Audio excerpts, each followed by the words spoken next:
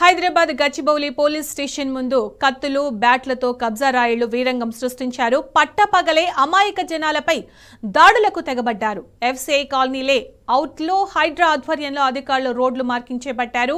Flat owner సమక్షంలో హైడ్రా అధికారులు రోడ్లు మార్కింగ్ చేపట్టారు. ఈ సందర్భంగా వీడియో తీస్తున్న ఫ్లాట్ యజమానులపై సంధ్యా కన్వెన్షన్ యజమాని శ్రీధర్ రావు అనుచరులు దాడికి పాల్పడ్డారు.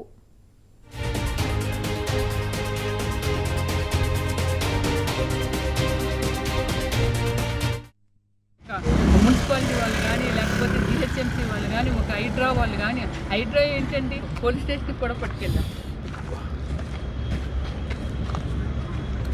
చూడండి షర్టు సెంటర్లో ప్రైమ్ మినిస్టర్ దగ్గరికి తీసుకెళ్తున్నాను. ఆల్రెడీ నేను పెట్టేసాను. రాత్రి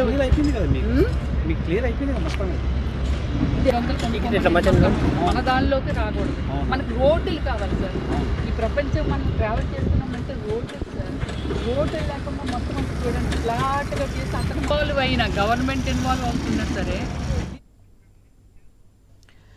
హైదరాబాద్ గచ్చిబౌలి పోలీస్ స్టేషన్ ముందు కత్తులు బ్యాట్లతో కబ్జా రాయిళ్లు వీరంగం సృష్టించారు. పట్టపగలే అమాయక జనాలపై దాడులకు తెగబడ్డారు. ఎఫ్సీఐ కాలనీ లేఅవుట్లో హైడ్రా ఆధ్వర్యంలో అధికారులు రోడ్లు మార్కింగ్ చేపట్టారు.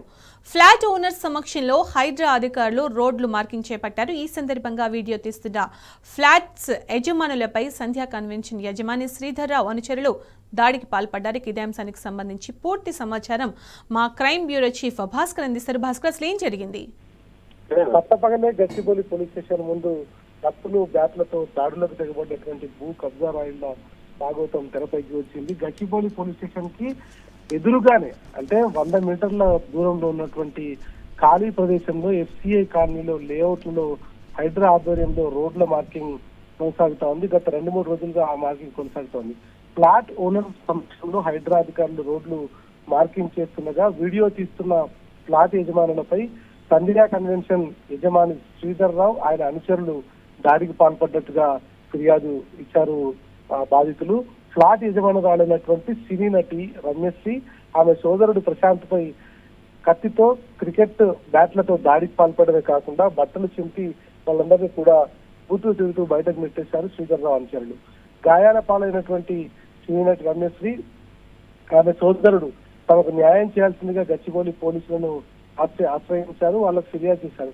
చాలా విచిత్రమైనటువంటి అంశం ఏంటంటే గచ్చిబౌలి కమిషనరేట్ కు గచ్చిబౌలి పోలీస్ స్టేషన్ పరిధిలో ఉన్నటువంటి ఇన్సిడెంట్ ఇది. గచ్చిబౌలి పోలీస్ స్టేషన్ ఎదురుగా అంటే రోడ్డు అవతల వైపు ప్లేస్ ఉంటుంది, రోడ్డు ఇవతల వైపు గచ్చిబౌలి పోలీస్ స్టేషన్ ఉంటుంది. కానీ పోలీసులు మాత్రం సంధ్యా శ్రీధర్ ను కాపాడడానికి గచ్చిబౌలి సిఐ దీనిపైన పెద్ద ఎత్తున అక్రమాలకు పాల్పడుతున్నాడు. ఈ ఎఫ్సీఐ ల్యాండ్కి సంబంధించి యజమాని శ్రీధర్ రావుతో కుమ్మక్కయ్యాడు.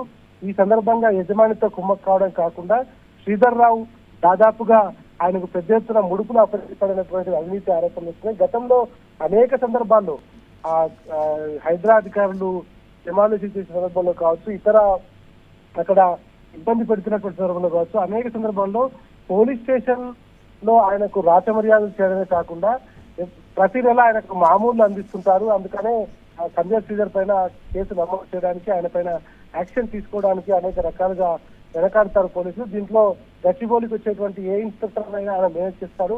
కింది స్థాయిలో మేనేజ్ చేయడంతో పాటు పై స్థాయిలో ఏసీబీ చూసుకోవడం. అయితే సిపి అయితే మొత్తానికి ఎవరైనా ఇట్లాంటివి జరుగుతా ఉంటే ఎస్బీ రిపోర్ట్ వస్తుంది, దానిపైన యాక్షన్ తీసుకుందామని గాలికి వెళ్ళడం. ఇట్లాంటి అయితే జరుగుతున్నాయి. అసలు ఎప్పుడు తెలంగాణలో కేసీఆర్ ముఖ్యమంత్రిగా ఉన్నటువంటి 10 ఏళ్ల కాలంలో ఎప్పుడు కనీవిని ఉన్నటువంటి రీతిలో నగరం నడిబొడ్డున గచ్చిబౌలి ఐటీ ఏరియాలో భూ కబ్జాకు పాల్పడుతున్నటువంటి ఉదాంతం వెలుగుతూస్తోంది. దీన్ని ఇప్పటికైనా ప్రజలు భయాభ్రాంతులకు అవుతున్నటువంటి సందర్భం కనిపిస్తుంది.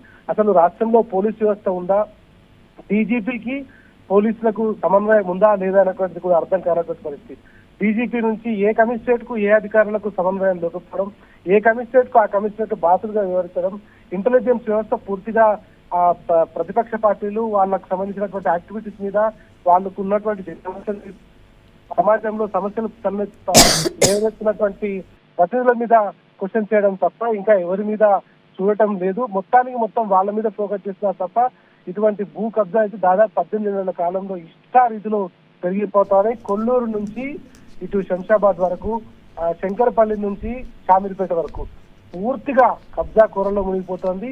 ఇట్లాంటి కబ్జా కోరలకు పోలీసులు అండగా నిలవడం కూడా హాస్యాస్పదంగా కనిపిస్తోంది. ఇప్పటికైనా ఇట్లాంటి వాటిని గుర్తించి యాక్షన్ తీసుకోకపోతే 10 ఏళ్ల కాలంలో భాస్కర్ బాధితులు ఎవరైతే ఉన్నారో అక్కడ వీడియోలో కనిపిస్తున్నారు, రమ్యశ్రీ కావచ్చు, వాళ్ళ బ్రదర్ కావచ్చు, ఆయన షర్ట్ చినిగిపోయి చెంపపైన దెబ్బలు కూడా కనిపిస్తున్నాయి. అంటే ఈ ఫిజికల్ గా కూడా వాళ్ళు అటాక్ చేసినట్టుగా కనిపిస్తుంది కదా భాస్కర్.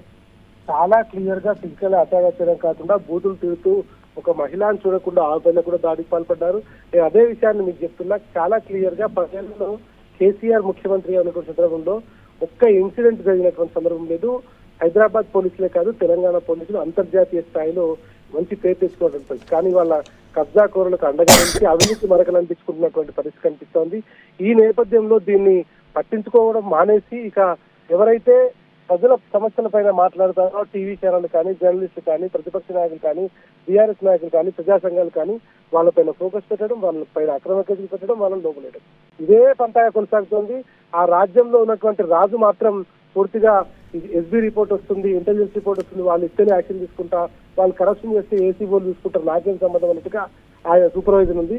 ప్రభుత్వం అసలు రాష్ట్రంలో నడుస్తుందా లేదా, ఐటీ ఏరియాలోనే ఇట్లా ఉంటే రాబోయే రోజులలో ఇంకా తెలంగాణలో ఎటువంటి పరిస్థితి రాబోతుందో అర్థం చేసుకోవాల్సినటువంటి అవసరం కనిపిస్తోంది.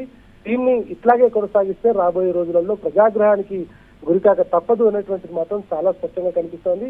ఇట్లాంటివన్నీ చేసి తెలంగాణకు ఉన్నటువంటి పేరును పూర్తిగా నాశనం చేసేటువంటి ప్రక్రియ కొనసాగుతుంది. కొట్లాడి సాధించుకున్నటువంటి తెలంగాణ 10 ఏళ్ల పాటు బంగారు తెలంగాణ లాగా వెలసిల్లినటువంటి తెలంగాణ ఇవాళ ఆ కబ్జాల తెలంగాణగా తయారవుతుంది. ఓవైపు హైడ్రా వచ్చి హైడ్రా అధికారులు పర్యవేక్షణ చేస్తున్నటువంటి సందర్భంలో ప్రభుత్వ అధికారిక సంస్థగా ఉన్నటువంటి హైడ్రా ఆధ్వర్యంలో ఈ కొలతలు చేస్తూ పర్యవేక్షిస్తున్న సందర్భంలో వీడియో తీస్తున్నటువంటి ఆ స్థలం యజమానులపై దాడికి పాల్పడటం నిజంగా పోలీసులు చాతగానితనం, పోలీసులు కబ్జా కోరులకు ఎంత సపోర్ట్ చేస్తున్నారో అర్థం చేసుకోవచ్చు. ఎందుకంటే ఇది నేరుగా గచ్చిబౌలి పోలీస్ స్టేషన్ ఎదురుగానే ఇన్సిడెంట్ జరిగింది. గచ్చిబౌలి పోలీస్ స్టేషన్ లోనే ఏసీపీ ఉంటాడు, డీసీపీ ఉంటాడు, డీసీపీ ఉంటాడు, ఇన్స్పెక్టర్ ఉంటాడు, డిఏ ఉంటాడు, మహిళా పోలీస్ స్టేషన్ ఉంది.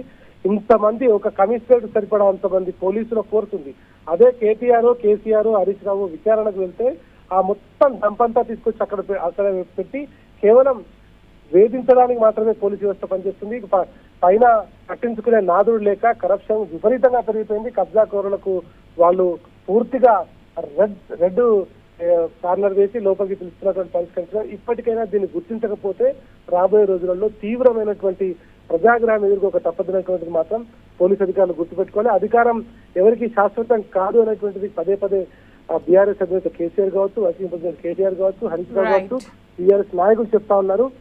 ఇట్లాంటి వాటికి న్యాయం చేయకపోతే రాబోయే రోజులలో ప్రజా దర్బార్ను ఏర్పాటు చేసి జనతా గ్యారేజ్ లాగా తెలంగాణ భవన్కి వస్తున్నటువంటి వారందరికీ కూడా న్యాయం చేస్తామని ఇప్పటికే కేటీఆర్ చెప్పారు. ఇక పోలీసుల చాతగాని తరానికి పోలీసులు కబ్జా కోరులకు అండగా నిలబడ్డారని చెప్పడానికి గచ్చిబౌలి పోలీస్ స్టేషన్ ఎదుట జరిగినటువంటి సంఘటన ఇవాళ ఒక నిదర్శనంగా కనిపిస్తా ఉంది. Right Bhaskar, thank you.